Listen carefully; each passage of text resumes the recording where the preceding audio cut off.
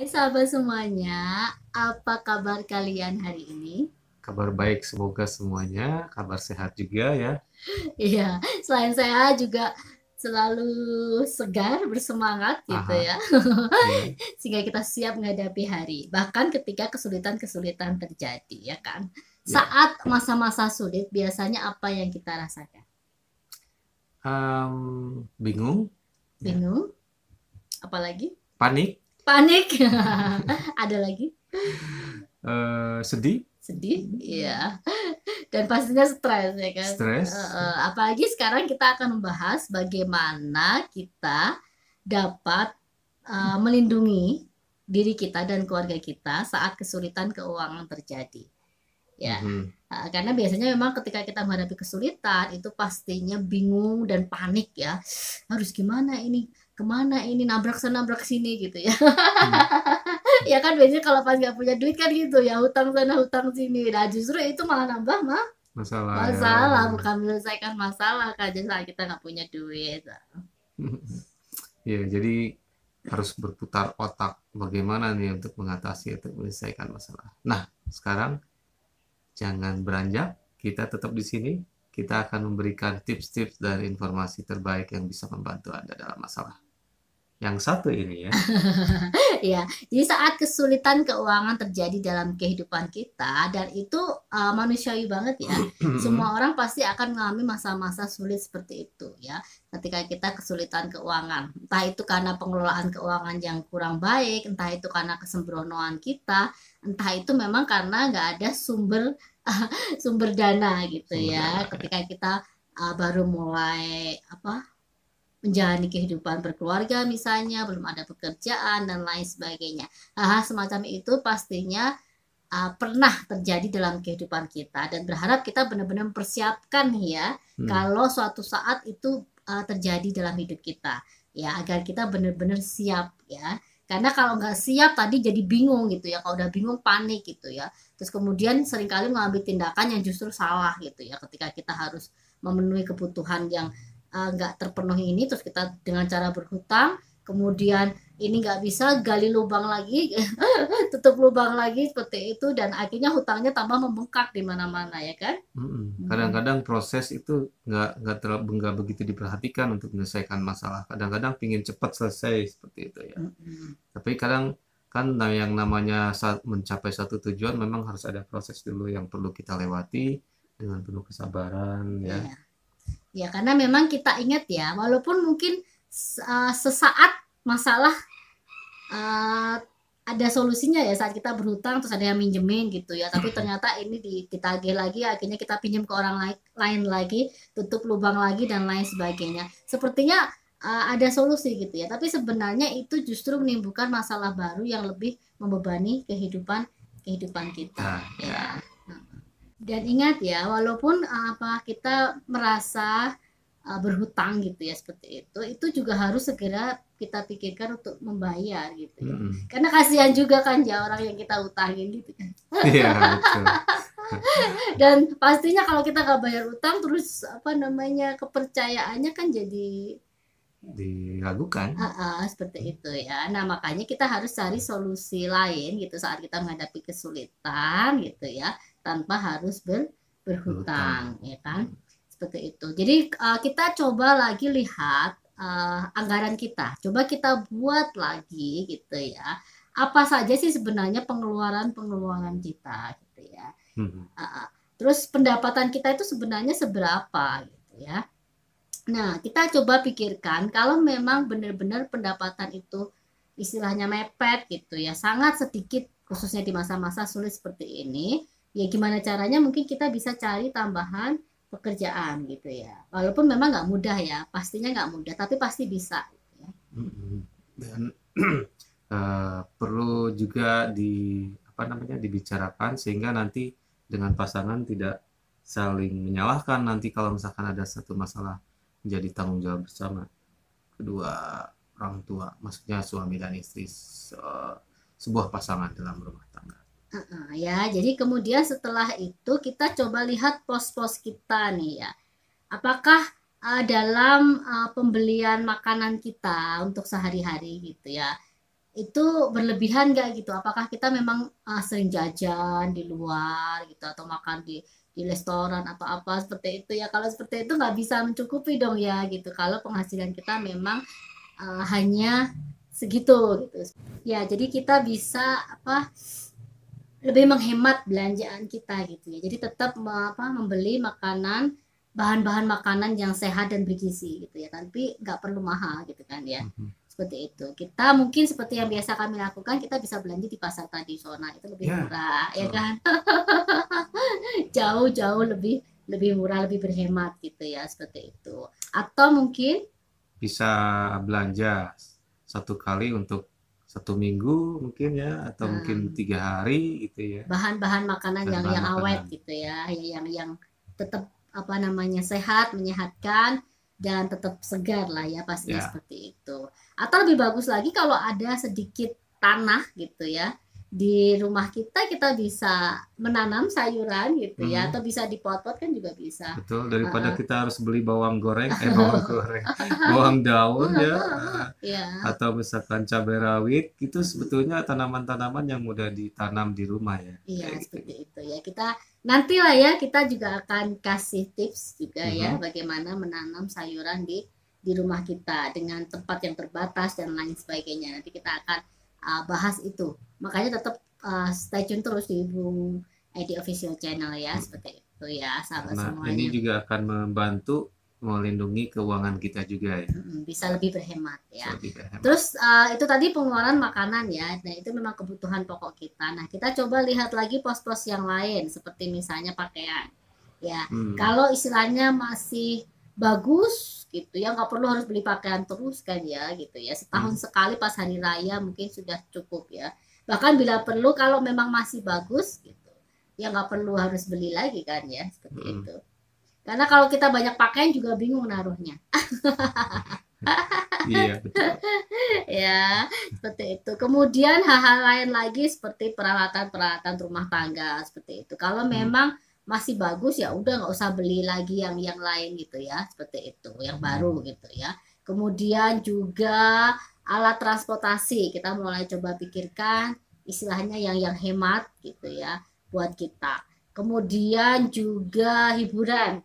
Penting Ya, nggak sih hiburan gitu? Kalau itu memang penting ya kita coba anggarkan, tapi juga yang hemat gitu. Jangan terlalu istilahnya memaksakan diri gitu hmm. ya. Tanpa tanpa mencukupi anggaran dan ini harus diadakan ya juga nanti akan jadi masalah nanti Iya. takutnya. Seperti kami cukup terhibur dengan adanya televisi di rumah ya. Hmm. Televisi di rumah cukup menghibur. Ya, jadi kita nggak perlu harus istilahnya budget khusus untuk entertain dan lain Mhm. sebagainya ya. Nonton bareng dengan keluarga ya, Iya, lebih seperti hemat itu. itu di rumah Ya, ya. tapi memang semuanya tergantung budget ya. Cuma kan kita Ya, sekarang lagi berbicara tentang bagaimana kita bersiap untuk menghadapi kesulitan saat ya. kesulitan datang gitu ya. Jadi sebenarnya walaupun kita istilahnya dalam keadaan yang mapan dengan ekonomi yang bagus, kalau Mhm. memang kita sudah terbiasa hidup berhemat, hidup sederhana gitu ya, akan lebih bagus karena memang kita memiliki dana yang lebih nantinya ya Ya, untuk tabungan, untuk dana yang lebih darurat penting yang lebih lagi. penting yang nanti kita akan bicarakan juga ya. Kemudian juga untuk yang nggak kalah pentingnya juga yang perlu kita anggarkan yang saat ini penting sekali di masa ini adalah untuk kuota ya, untuk Mhm. beli apa namanya pulsa dan lain sebagainya itu penting sekali juga. Jadi perlu dianggarkan tapi tetap juga harus berhemat Hemat. ya. Seperti itu karena memang kita harus mengingat nantinya kan masa-masa sulit itu pasti terjadi juga dalam kehidupan kita. Ini ada satu kisah ya tentang sebuah keluarga di mana mereka mulai mengalami kesulitan keuangan gitu ya. Jadi mereka punya dua mobil dan sebenarnya masih kredit juga gitu ya. Jadi buat bekerja suami dan juga istrinya gitu. Nah akhirnya mereka memutuskan untuk ya udah satu mobil aja, yang satunya dijual. Dan sang suami kan bisa naik transportasi umum yang aman dan nyaman juga seperti itu. Dan setelah mereka memutuskan untuk menjual satu mobilnya dan cukup untuk satu mobil aja untuk keluarga mereka, mereka dapat lebih berhemat dan nggak terlalu dikejar-kejar Mhm. apa namanya hutang sana hutang sini seperti itu ya. Betul. Itu salah satu solusi ya untuk menyelesaikan masalah keuangan. Ya, Iya. melindungi ya. Iya, Jadi cobalah untuk berhemat apapun yang bisa dihemat. Jadi misalnya seperti tagihan listrik kita membengkak nih gitu ya, coba aja diturunkan dayanya gitu ya, atau kita coba lebih berhemat lagi.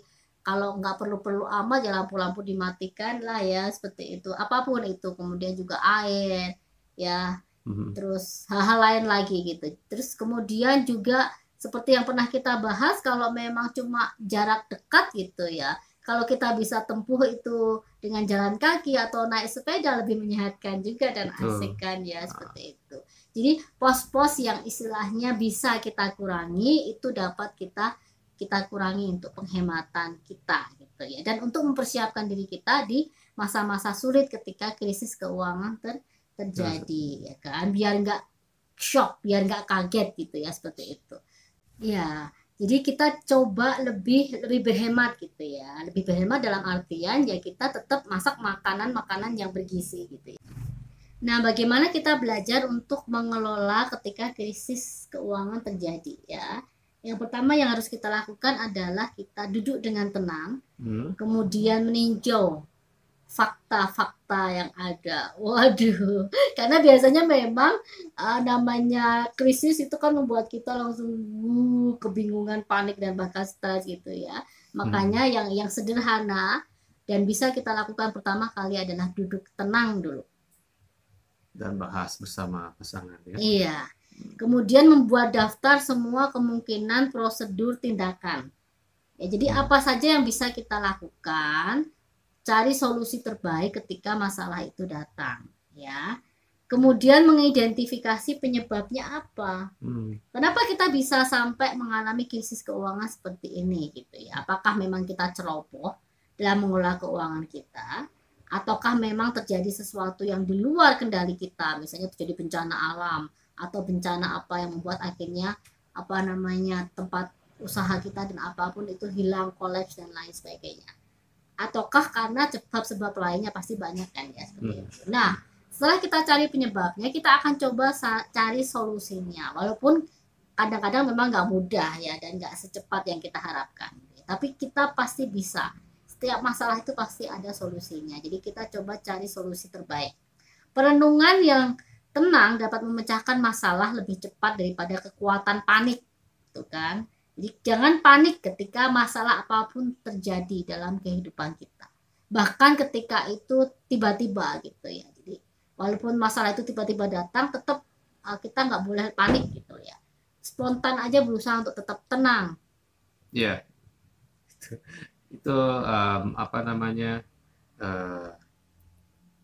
bagaimana ketika kita belajar juga untuk menjadi tidak panik ya, bahwa setiap hal-hal yang mengagetkan itu kita langsung coba-coba bisa menguasai diri secara langsung ya. Sehingga kita mudah berpikir, mudah untuk mencari solusi, dan mudah untuk memanuver ya. Kalau laki-laki seperti itu ya, lebih bisa mengendalikan.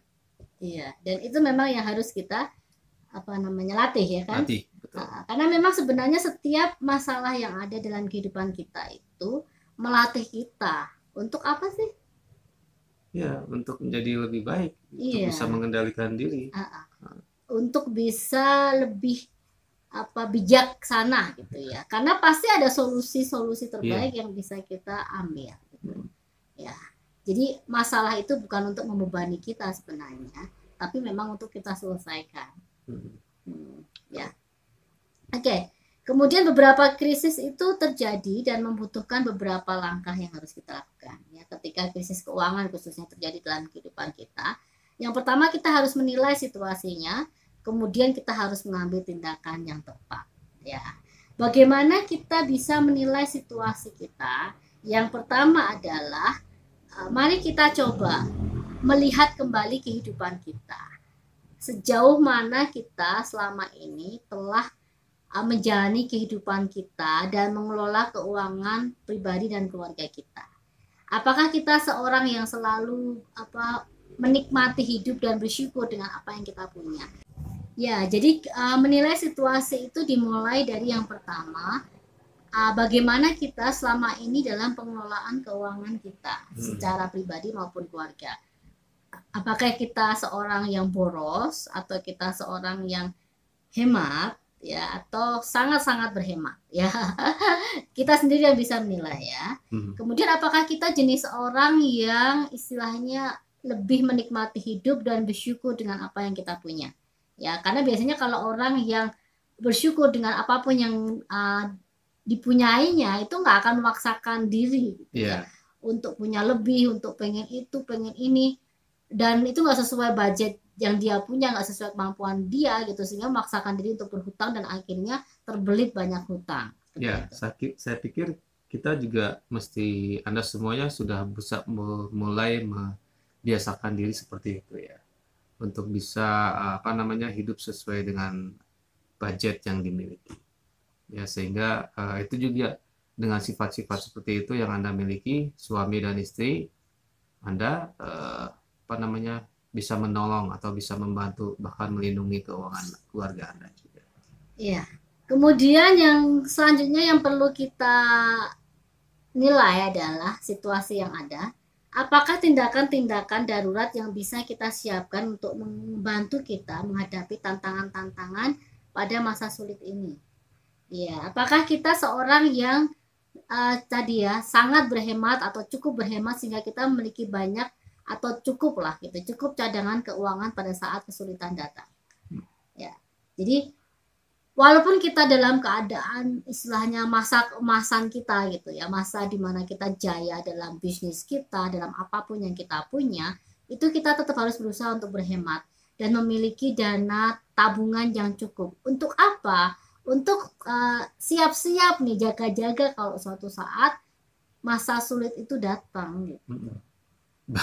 Bahkan masa sulit yang sebesar apapun ya, mungkin ketika ekonominya kacau ya, mungkin di saat peperangan, di saat bencana ya, itu juga harus dipikirkan bagaimana kita nantinya ketika itu terjadi, kita masih tetap bisa bertahan untuk memenuhi kebutuhan keluarga kita, khususnya juga mungkin untuk makanan kita ya. Iya, jadi itu.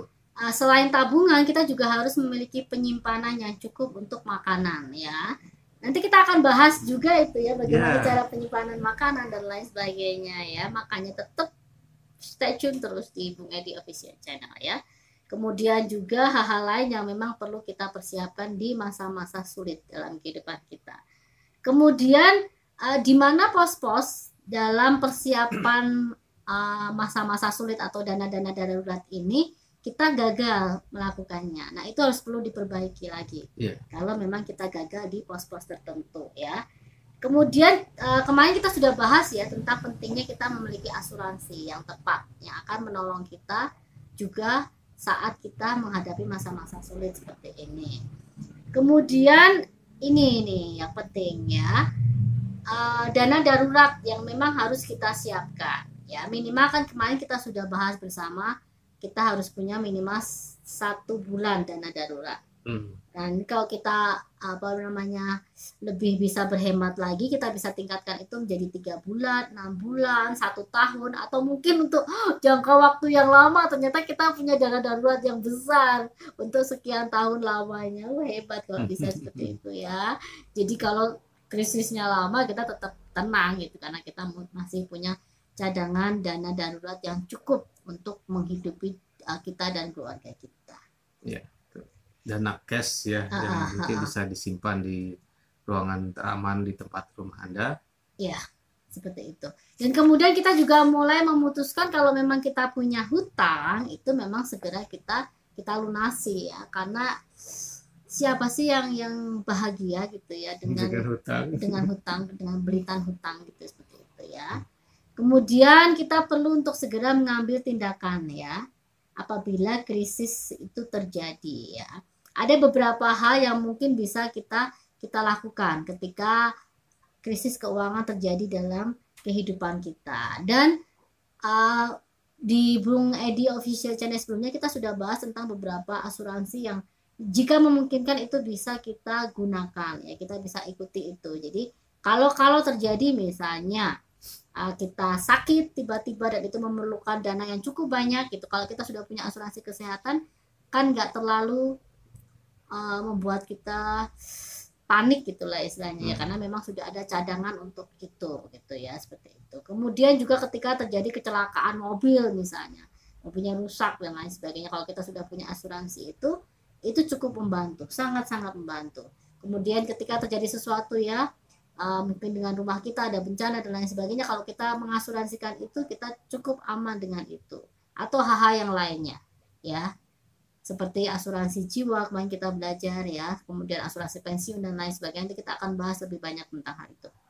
Nah, kemudian juga ini yang penting saat dimana seperti yang masa-masa sekarang terjadi ya, banyak orang kehilangan pekerjaan, banyak yang istilahnya bisnisnya bangkrut seperti itu. Nah, kalau kita nggak memiliki dana darurat yang cukup, kalau kita nggak memiliki dana darurat yang cukup, kita akan kebingungan gitu ya. Makanya kita perlu di masa-masa paling nyaman dalam kehidupan kita gitu ya, kita tetap harus lebih berhemat.